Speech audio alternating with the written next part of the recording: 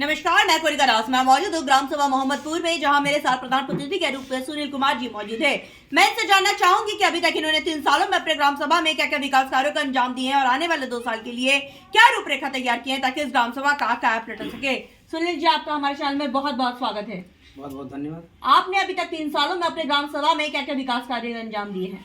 ग्राम सभा में जो काम कुछ बाकी थे, जैसे स्कूल की मरम्मत है जी, और जो सड़कें खराब थी, इंटरलॉकिंग जो है, और खड़ंजे हैं कुछ, और स्वच्छता के हिसाब से देखा जाए तो शौचालय के कभी निर्माण करवाया है। स्कूल आवास कितने आवंटित हुए हैं? आवास इस जो है सत्र में 3 आए हैं विकलांग वाले। शौचालय 12। स्वच्छ भारत मिशन में आपकी क्या राय है? स्वच्छ भारत और स्वस्थ भारत, स्वच्छता को लेकर आप अपने ग्राम सभा में क्या क्या विकास कार्य करवा चुके हैं? ये भी ODF के तहत पैसा आया है कुछ, तो उसके लिए घोर गड्ढे का जो होता है कूड़ेदान निर्माण कराना, उसका भी प्रोजेक्ट हो चुका है। वो जेई जो है उसका एस्टिमेट बना चुके हैं, बस 2-3 दिन में काम चालू होने वाला है। RRT सेंटर वगैरह? RRT सेंटर की इसी की बात कर रहे हैं। सेंटर जी। और कूड़ा गाड़ी आ चुकी है? जी, अभी कूड़ा गाड़ी भी आई नहीं है, आने वाली है, बस 10-15 दिन में आएगी। आपके ग्राम सभा जो सर्वे हुआ, बहुत जनता उसे मुखातिब हुए थे, जिसका कहते हैं जैसे कुछ जगह नाली की समस्या है, जल निकासी न होने का, नालियों में जल भराव है, जिससे मच्छरों का प्रकोप है। इसका निवारण आप कब तक करवा देंगे? ये भी जल भराव कोई दिक्कत है नहीं। अगर कोई हमारे पास अगर कोई आता है कोई उसके लिए कि कहीं दिक्कत है तो हम करवा देंगे भी। वैसे भी तो है नहीं, कोई भी बनवाए नाली, 2 नाली बनवाए भी तुरंत तत्काल 3 दिन पहले। जो ज़्यादा दिक्कत थी वो सही हो गया है। स्वास्थ्य की मैं बात करूं तो हमारे उप मुख्यमंत्री ब्रजेश पाठक जी स्वास्थ्य मंत्री हैं, स्वास्थ्य के प्रति काफी जागरूक भी है, तो आपने कोई रूपरेखा तैयार किया है स्वास्थ्य को बेहतर बनाने के लिए? आंगनबाड़ी आशा जो है वो क्षेत्र में रहती है गाँव में, और जो कोई दिक्कत होती है चेचक उचक की जैसे, तो उसको सूचना दी जाती है, तो टाइम पे आ जाती है, दवाई वही देती है, देना होता है उनके हिसाब से। CSC वगैरह है? CSC नहीं, हमारे यहाँ CSC नहीं। इसके लिए आपने लिखित आवेदन नहीं किया है? CSC पड़ोस के गाँव में है, नक्का सहरिया पंचायत में, लेकिन वो एक्टिव है नहीं। तो इसके लिए लिखित आवेदन करिए। नहीं, इतनी नज़दीक जब दूसरी कहाँ हो सकती है, तो छोटी पंचायत है, तो कोठी के लिए लोग वही सरकारी अस्पताल वही ज़्यादा बेहतर रहता है, वही लोग जाते हैं। बारातगढ़ और शमशान घाट की भी समस्या आपकी ग्राम सभा में, जो गरीब तबके के लोग हैं उन्हें शादी ब्याह में समस्याएं हो रही हैं, उसके लिए भी आपने अभी तक लिखित आवेदन नहीं किया है? जी, शमशान घाट हमारे यहाँ है, और वो उसको भी 1 साल पहले हमने उसको कब्जा दूसरों का था तो खाली करवाया है।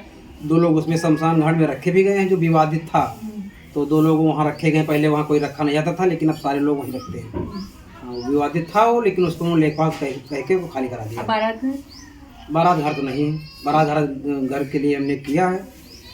अगर मनरेगा से इस रेशियो अगर आज जा रहा है कच्चे पक्के का, तो उस हिसाब से देखा जाएगा, बनवाएंगे फिर अगर रेशियो मेंटेन रहता है तो। जी। बारात घर के लिए भी लिखित आवेदन करिए अपने विकास भवन में, और उसकी प्रतिलिपि हमें भी व्हाट्सअप करिएगा। अगर यहाँ से मदद नहीं, वो उसको करना नहीं है, लखनऊ से मिले, उसको करना नहीं है।